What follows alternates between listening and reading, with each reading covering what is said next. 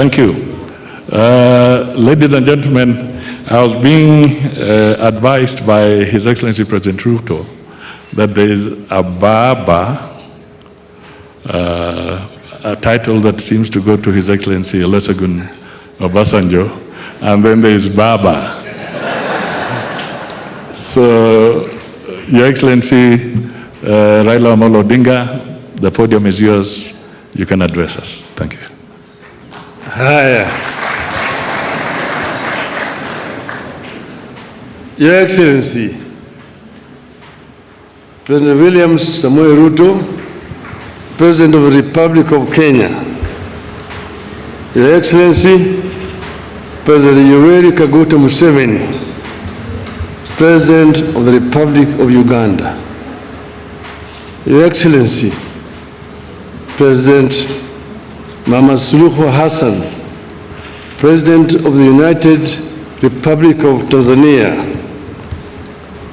Your Excellency, President Salva Kiir, President of the Republic of South Sudan, and Your Excellency, Baba Olusegun Obasanjo, former President of the Republic of Nigeria. Then my brother, former President of the United Republic of Tanzania, Jakaya Mrisho Kikwete. My other brother from Burundi, General Gervas Ndikakubuka, the Prime Minister of the Republic of Burundi, and Brother James Kabere, Minister of State for Foreign Affairs of the Republic of Rwanda. Distinguished diplomats, ladies and gentlemen, Hamjambo, good morning. I am so delighted to have opportunity to stand before you here this morning to see this distinguished audience here. I want to say that this is an occasion which the Lord has made, and let's be proud in it.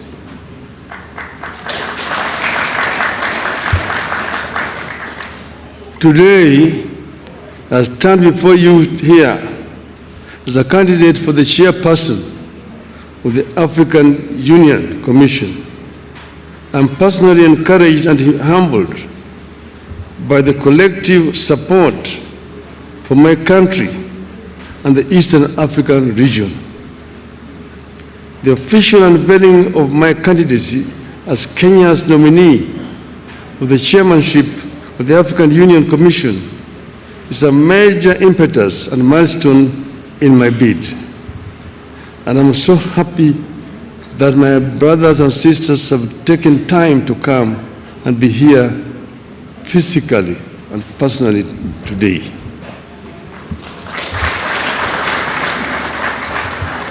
The history of Africa is replete of low and high moments. Africa is widely considered the birthplace of mankind, whose political organization was reflected in great kingdoms across the continent. And as of today, the oldest species of humanoid has been discovered in this region. So in Ethiopia, in northern Kenya, in Olduvai Gorge in Tanzania. So there's no doubt that this is the home of mankind. However, the continent has suffered slavery, colonialism, humiliation, repeated aggression, and internal violent conflicts. However, Excellencies, like the legendary phoenix, Africa has risen from the ashes of these historical atrocities to make a full-blown arrival on the global stage. Consequently, you have heard slogans such as African Renaissance and Africa Rising. Nonetheless, I envisage an Africa where our visionary sloganeering will translate into strategic action for the transformation of our continent. Unfortunately, even as we rise, our continent still grapples with emerging challenges and vulnerabilities, including identity conflicts and wars, hunger, poverty, violent extremism, advanced climate change, acute unemployment among our youth, transboundary pandemics and infectious diseases such as mpox and other threats to human security and dignity. My plan is to work with you, Your Excellencies, and make the AU more people-centered and serve the interests of the vast voiceless majority of Africans. The African people should feel the AU in their lives. Excellencies, if elected chairman, I propose to utilize the transition period to critically analyze the existing proposals for reforms and building capacity of the AU Commission. The ultimate aim is to follow up on the implementation of the reports so far formulated. Certainly, the story of Africa is not all gloom and doom. Thanks to the work Your Excellencies are doing, Africa has been on an upward and positive trajectory in recent years. In February, the African Development Bank reported that Africa will account for 11 of the world's 20 fastest growing economies this year. The continent is set to remain the second fastest growing region after Asia. I deeply appreciate your efforts in restoring hope on the continent, and it is my wish to have a chance to complement your efforts as AU chairperson. Excellencies, throughout my leadership and service to the public, I have noted the significance of defining strategic goals and appreciating the influence of political dynamics on the outcomes of these goals. So decision-making must be backed by a balance between policy and geopolitics. I plan to work with you, Your Excellencies, to integrate this continent. You are one people who unfortunately are trying too hard to separate from each other. I have traveled the length and breadth of this beautiful continent, and I have seen the faces of Africa's future. I was involved in peace negotiations in Burundi with Mwalimu Nyerere. I was involved as the mediator of the AU with the conflict in Côte d'Ivoire. I was involved in Mozambique. So I understand the continent. And I see the faces of our children, full of hope and energy, and unbound by the borders of yesterday. I dream of an Africa where those borders and colonial languages no longer divide us. We don't want to see Africans to be divided as Anglophones, Francophones, Lusophones. I want them to be Africophones.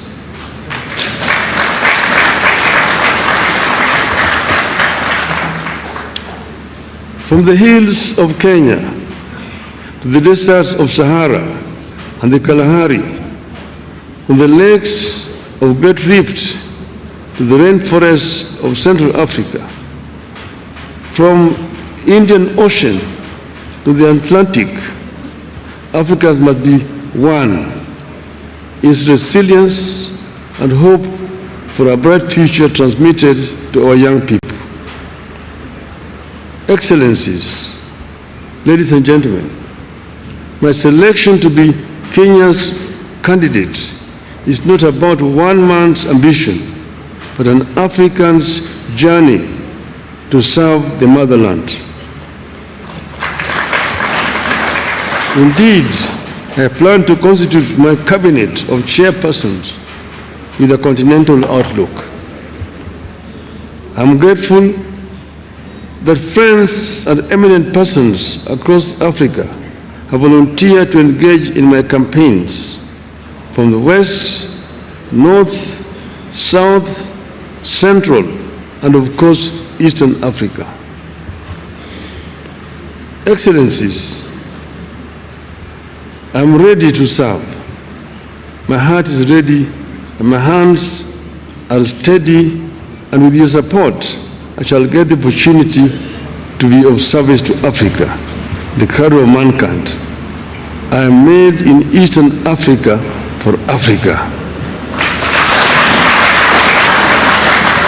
I have said that I'm an Afro-optimist as opposed to Afro-pessimist. Afro-pessimists are those people who have given up on Africa, who say Africa is a lost cause, a wasted continent. But Afro-optimists are those people who believe in African development, that Africa can be developed with the efforts of the African people. This is what I believe in. I have come from the school that believes in the efforts of the founding fathers of our continent. Those who were visionary, who envisioned an Africa that was united. Kwame Nkrumah, Ahmed Sekou Touré, Gamal Abdel Nasser, the late Emperor Haile Selassie, Jomo Kenyatta, Jaramogi Oginga Odinga, Mwalimu Julius Kambarage Nyerere, Kenneth Kaunda. Those were some of the founding fathers of our continent, who believed that Africa will only develop if it is united. Nkrumah said that Africa must unite or perish. That is the school which I'm coming. To be able to realize the dreams of the founding fathers, first we need peace on the continent. In 2013, they talked of silencing the guns. But in 2024, the guns are not silent on the continent.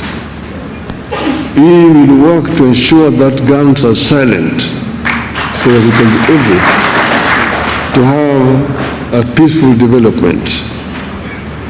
Secondly, Africa is a victim of climate change. Africa today suffers from twin disasters: droughts and floods on the continent. Yet Africa has emitted very little of the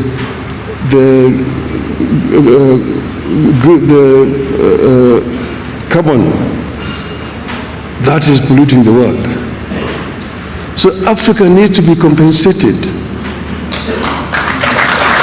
But this will not come if Africa goes to negotiate as individual countries. If we go and talk as Kenya, as Uganda, Tanzania, Nigeria, Mozambique, Egypt, or Algeria, those major offenders will not listen to us. But when we go and talk as Africa, they must listen to us.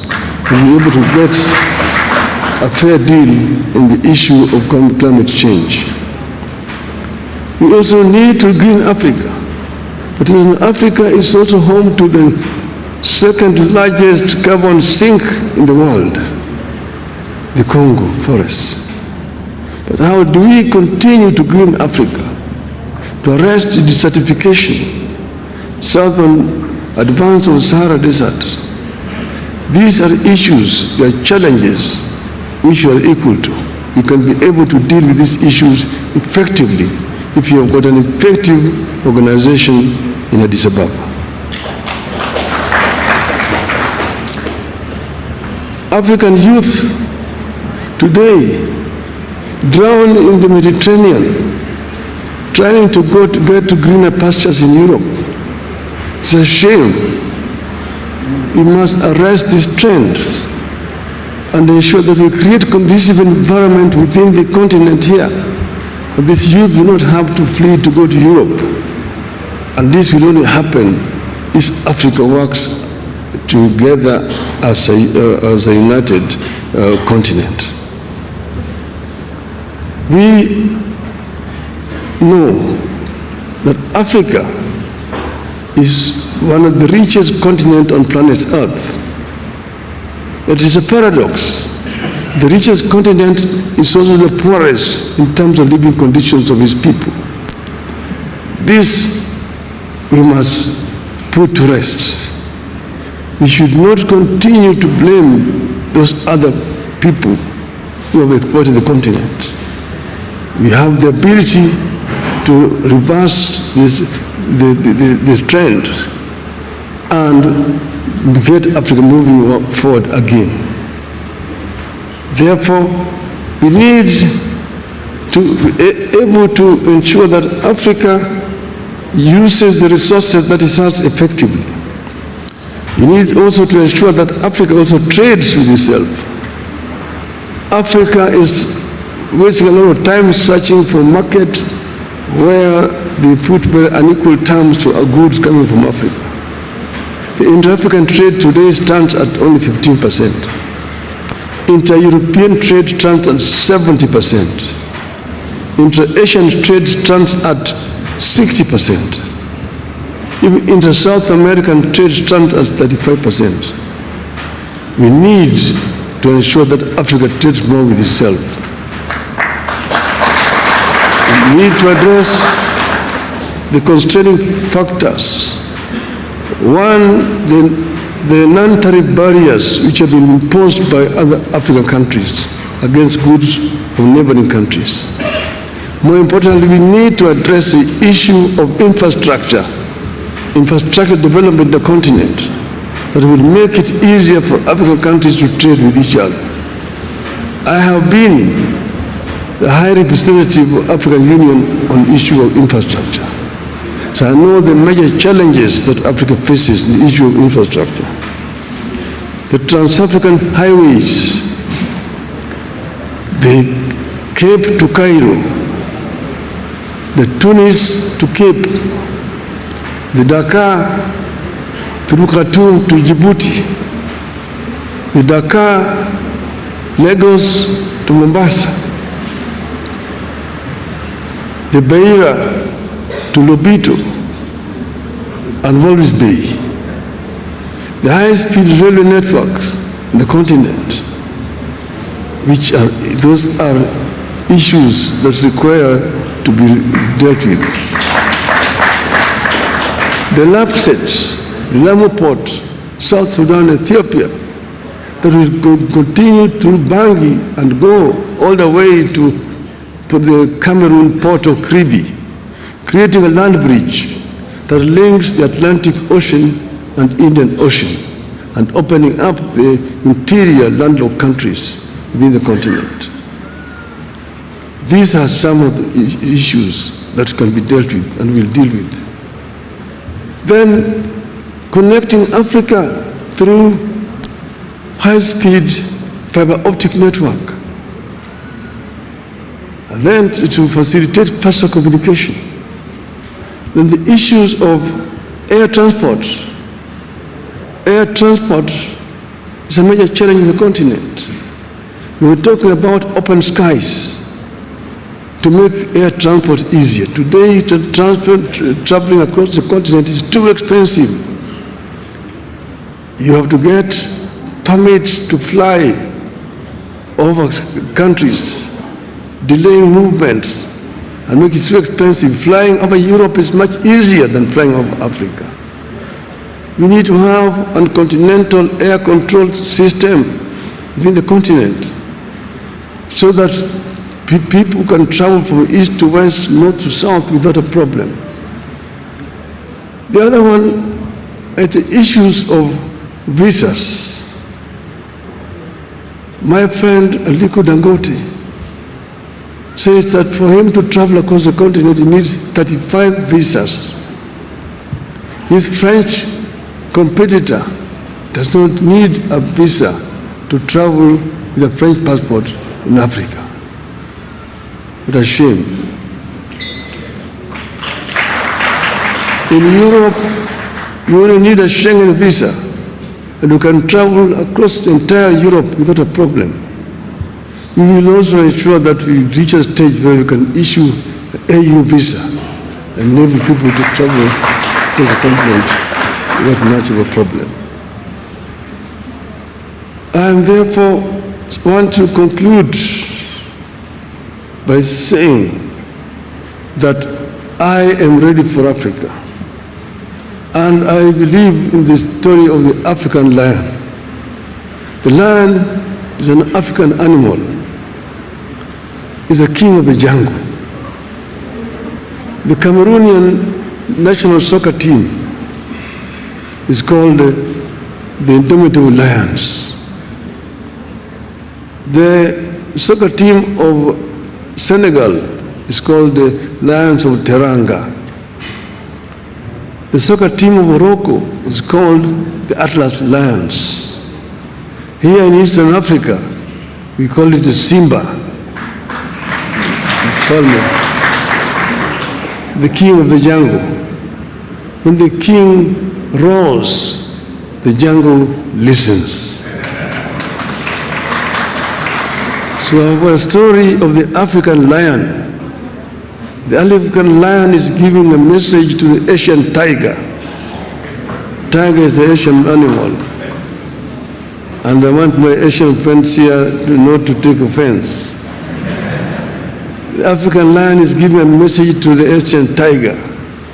That you Asian tiger, you've danced on the stage alone for far too long. It's your time to quit.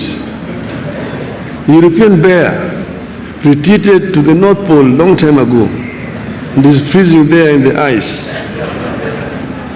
The American panther is also on the retreat. But I'm here as the African lion.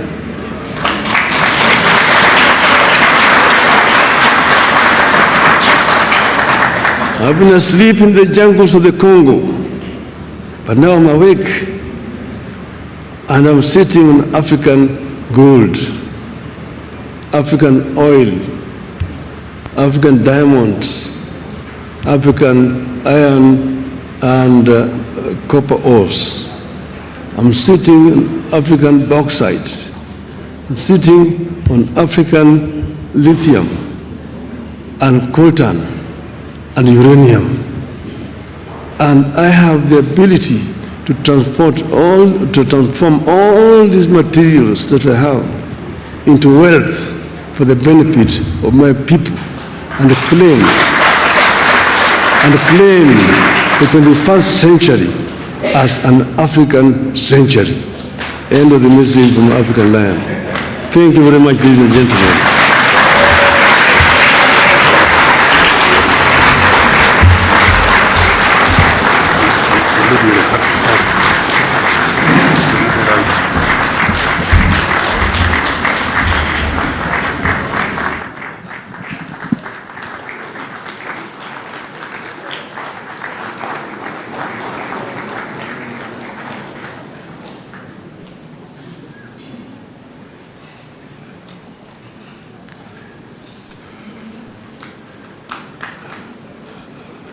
Thank you.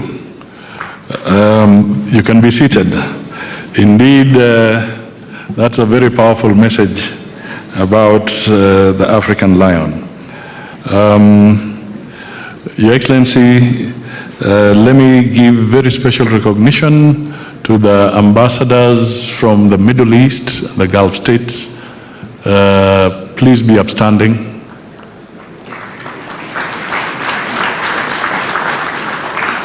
Thank you so much for being present with us. Let me also acknowledge that we have the Speaker of the Senate with us in our midst. Now it is my pleasure and honor to invite His Excellency Rigathi Gachagua, the Deputy President of the Republic of Kenya, to make some few remarks and invite His Excellency President William Ruto to take up from there.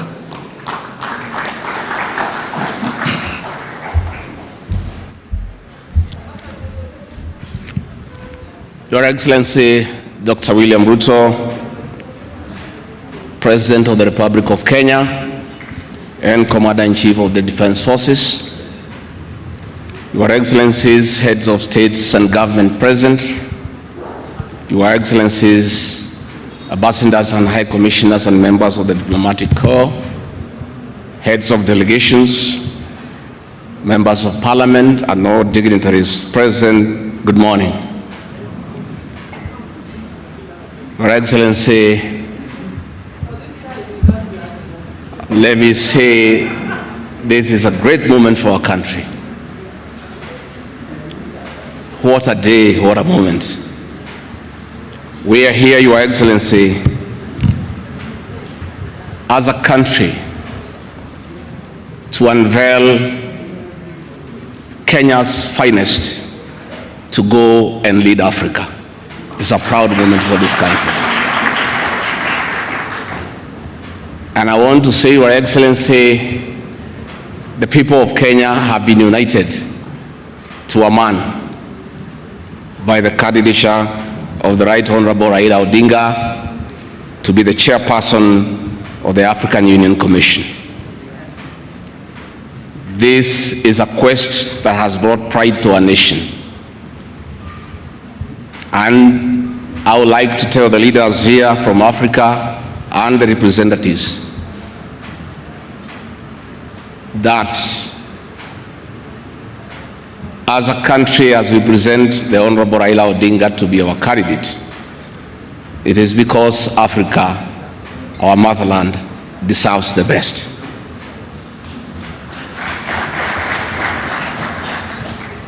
The passion and zeal of the Right Honorable Raila Odinga in Pan-Africanism is well documented. Passion knows no age, knows no limit. In the person of the Right Honorable Raila Odinga, he'll join the ranks of Jomo Kenyatta and Kwame Nkrumah in pushing the agenda for Africa. I therefore want to say, Your Excellency, the lessons of today are that Raila Odinga, the Right Honorable, is a man of great resilience, endurance, and perseverance. Today, you are going to unveil the transformation of the Right Honorable Odinga from a national leader to an African statesman. And for us in leadership, we have learned great lessons of resilience, endurance, and perseverance. Somebody may ask, why is Rigathi Gachagua, who has before had issues with the leadership of Raila Odinga? As a truthful man, I had nothing against him. It's only that we were competing for the same position between him and my boss. Now that he is going for a bigger seat in Africa, all of us, from the president, I, and the rest of Kenya, are behind him. And the Right Honorable Raila Odinga,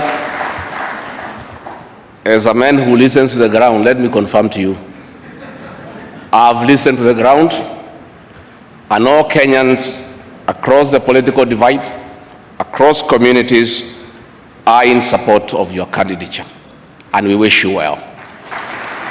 Before I call Your Excellency, let me acknowledge the place of family, not just in our lives, but in leadership. I think it is a great moment for the Right Honorable Raila Odinga. It's appropriate that I acknowledge on behalf of the country the role Mama Ida Odinga has played in the life of this great son of this land. Mama Ida Odinga, we salute you as a country for having been a very strong pillar to your husband in very difficult times, and his lowest moments, you have always been there for him. We ask families to support their spouses.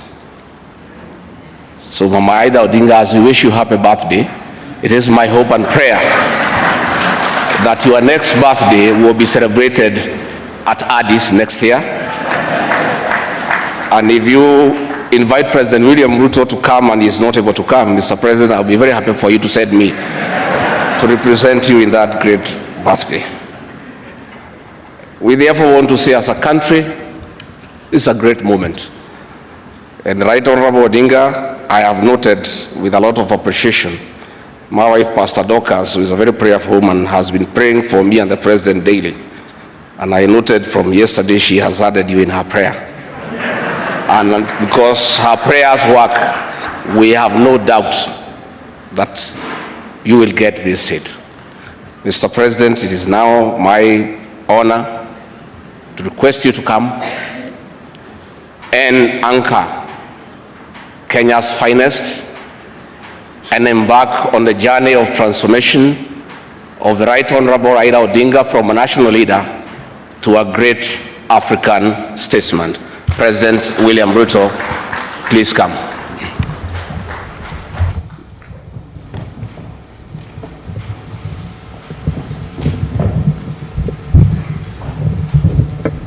Thank you very much. Please, let's take our seats. Your Excellency, Yoweri Kaguta Museveni, President of the Great Republic of Uganda, Your Excellency, our Chair of the East African Community, Salva Kiir Mayardit, President of South Sudan, Your Excellency, my elder sister Samia Suluhu Hassan, President of the United Republic of Tanzania, Your Excellency, Lieutenant General Gavis Ndirakubosha, the Prime Minister of the Republic of Burundi, Your Excellency Jakaya Kikwete, former President of the United Republic of Tanzania, Your Excellency Baba Olusegun Obasanjo, former President of the Republic of Nigeria, Your Excellency retired General James Kabarebe, Minister for State for Foreign Affairs of the Republic of Rwanda, ambassadors, high commissioners, heads of delegations, distinguished guests, ladies and gentlemen. I am honored to have this opportunity to extend on behalf of the people of Kenya a warm welcome to each and every one of you, and to thank you for making time out of your busy schedules to attend this historic event. We do not take it for granted that you found time to come. On the contrary, your visit honors our nation greatly. It is therefore an immense privilege to host all of you as we assemble in Nairobi to announce Kenya's nomination of the Right Honorable Raila Amolo Odinga as candidate for the position of chairperson of the Africa Union Commission. Your Excellencies, our meeting today underscores our shared commitment to regional solidarity and integration in East Africa, and our determination to mobilize effective collective action for the benefit of the citizens of our countries and the entire African continent. Our East African region, which is home to more than 500 million people, rightly considers this moment to be its turn to offer leadership on the basis of the principle of inter-regional rotation.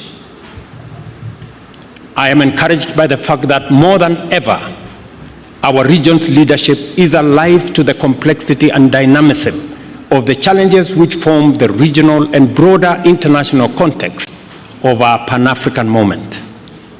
These challenges range from political instability and associated governance issues, conflict and insecurity together with related humanitarian tragedies, cross-border and international crime, including various forms of illegal trafficking in drugs, arms, and persons.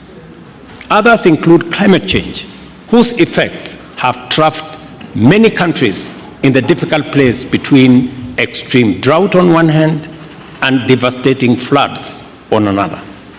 Equally encouraging is our firm shared understanding that this context is incomplete if we do not pay attention to the global implications of an African continent that is undeniably on the rise, powered by an unprecedented demographic dividend and equally incomparable endowment of natural resources, including critical minerals and renewable energy potential, which are vital for a future that is going to be underpinned by sustainable green growth. Our Pan-African moment, ladies and gentlemen, must be defined by the transformation of our collective capacity to solve our various crises and turn our potential into engines of sustainable growth and inclusive prosperity for present and future generations. In other words, the time has come for Africa to radically recalibrate its institutions to effectively facilitate growth and development across a broad range of spheres, thereby enlarging the field of possibilities of our nations and also our peoples. To seize this moment, we need an African Union that can coordinate, oversee, and drive important continental agenda in a manner that brings Agenda 2063 onto the fastest delivery track. This will be an AU that is empowered with adequate diplomatic, security, governance, financial, technological, and even ecological leadership, and a management capacity to steer us rapidly beyond the sustainable development goals to Africa that we all want for the benefit of every nation and every African citizen. The feeling that Africa is ripe for this historic moment of radical transformation is shared by all our people and all our friends. Nothing stops us from moving into the necessary gear to claim our destiny, and this is why institutional reforms at the African Union are fundamentally essential. This understanding of the monumental possibilities before us and the urgency of our historic moment was underscored here in Nairobi when, at the close of the inaugural Africa Climate Summit, the continent's leaders announced a new transformative agenda under the Africa Leaders Nairobi Declaration on Climate Change and call to action. Among many significant pronouncements, the Nairobi Declaration emphasized the imperative of just, inclusive, equitable, and fair multilateral institutional architecture as a fundamental prerequisite for us to transform our immense potential into inclusive opportunities and sustainable prosperity for all of us. Fellow African leaders agreed at the summit that this would be by enabling our continent to industrialize for the world while also decarbonizing it using our abundant human, mineral, energy, and natural resources. The Honorable Raila Odinga has spoken extensively on the same.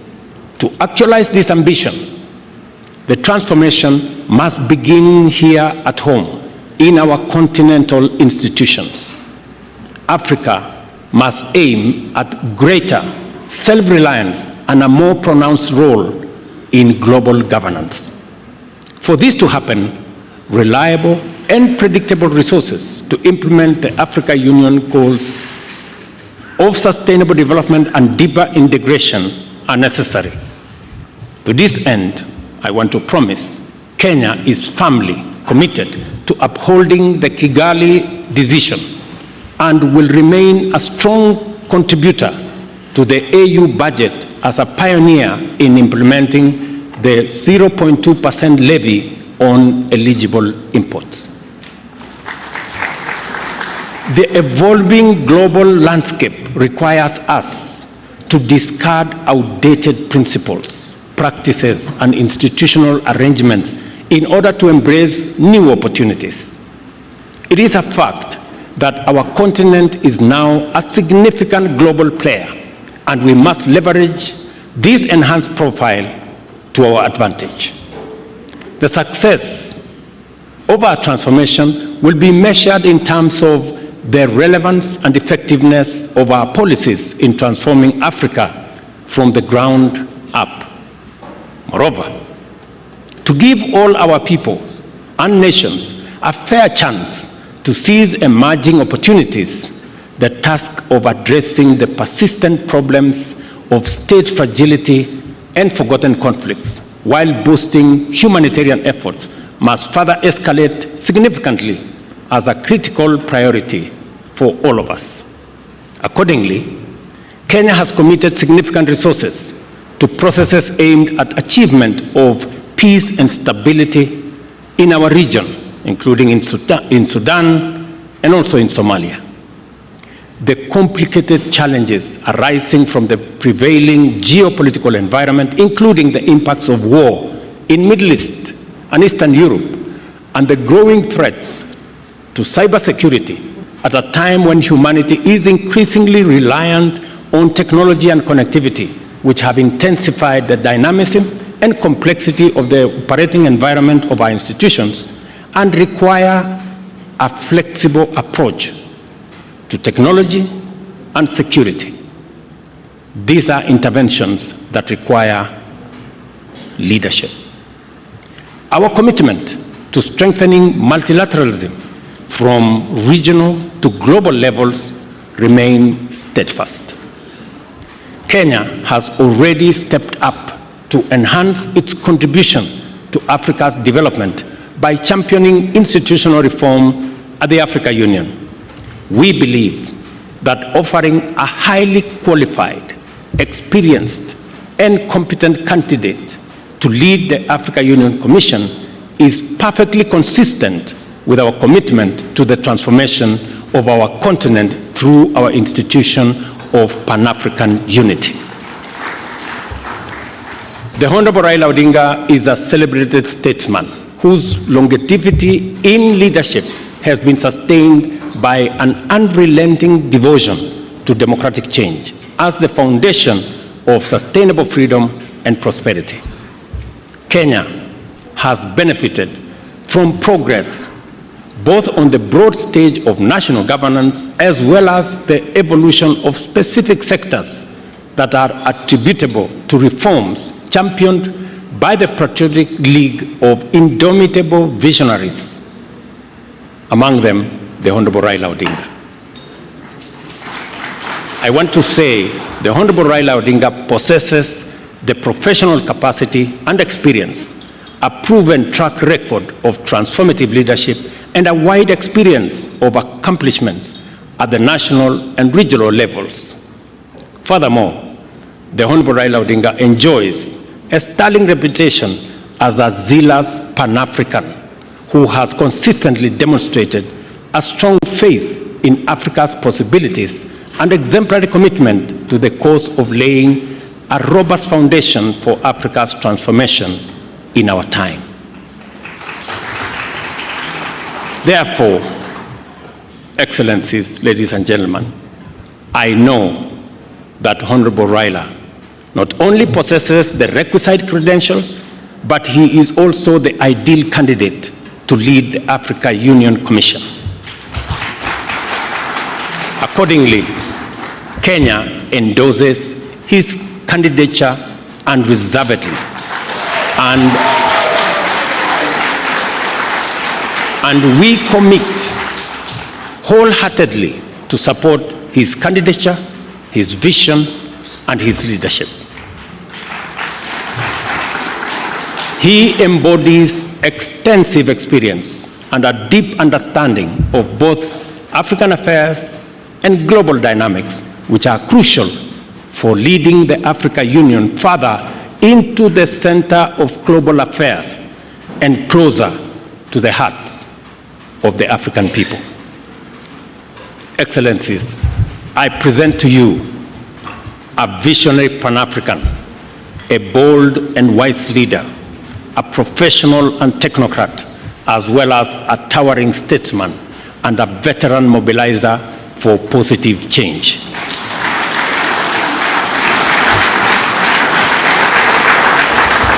I am confident that he will give his utmost and do all it takes to make Africa proud and Africa powerful. I think the lion story is apt. To assist in making the case for Honorable Odinga's candidature, I also unveil the Secretariat, which will be led by Kenya's Foreign Affairs Principal Secretary, Horace Ng'oe, and Ambassador Elkanah Odembo. It will also include a diverse membership drawn from 5 regions of the Africa Union. The assignment we are called upon to undertake at the Africa Union Commission is the work of all Africans, for all Africans, and a noble cause to bring our peoples and nations in touch with the promise of the glorious future we all deserve. A new chapter in our common journey has begun. We shall travel on this road to freedom and democracy, stability and security, peace and prosperity with all our people, all our leaders, governments, and with all our partners throughout the world. And I'm happy that the global community is represented here by our ambassadors. We take this assignment very seriously, and we have entrusted it to our most capable steward. On behalf of the people of Kenya, I wish the Honorable Raila Odinga success as he makes his case to be elected as the chairperson of Africa Union Commission. I am highly indebted to each and every one of you, heads of state, leaders of delegation, and friends, for taking part in this historic event for Kenya, for East Africa, and it's my prayer that the Honorable Raila Odinga will be elected the chair of the Africa Union Commission. Thank you very much. God bless you. God bless our East African region, and God bless our continent, Africa. Now it's my pleasure, ladies and gentlemen, to request a few people to make some remarks.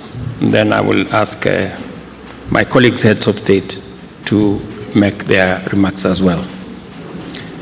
Let me ask, by way of beginning, General Retired James Kabarebe from Rwanda to come and make very brief remarks. Welcome, my friend. You can come and make it here.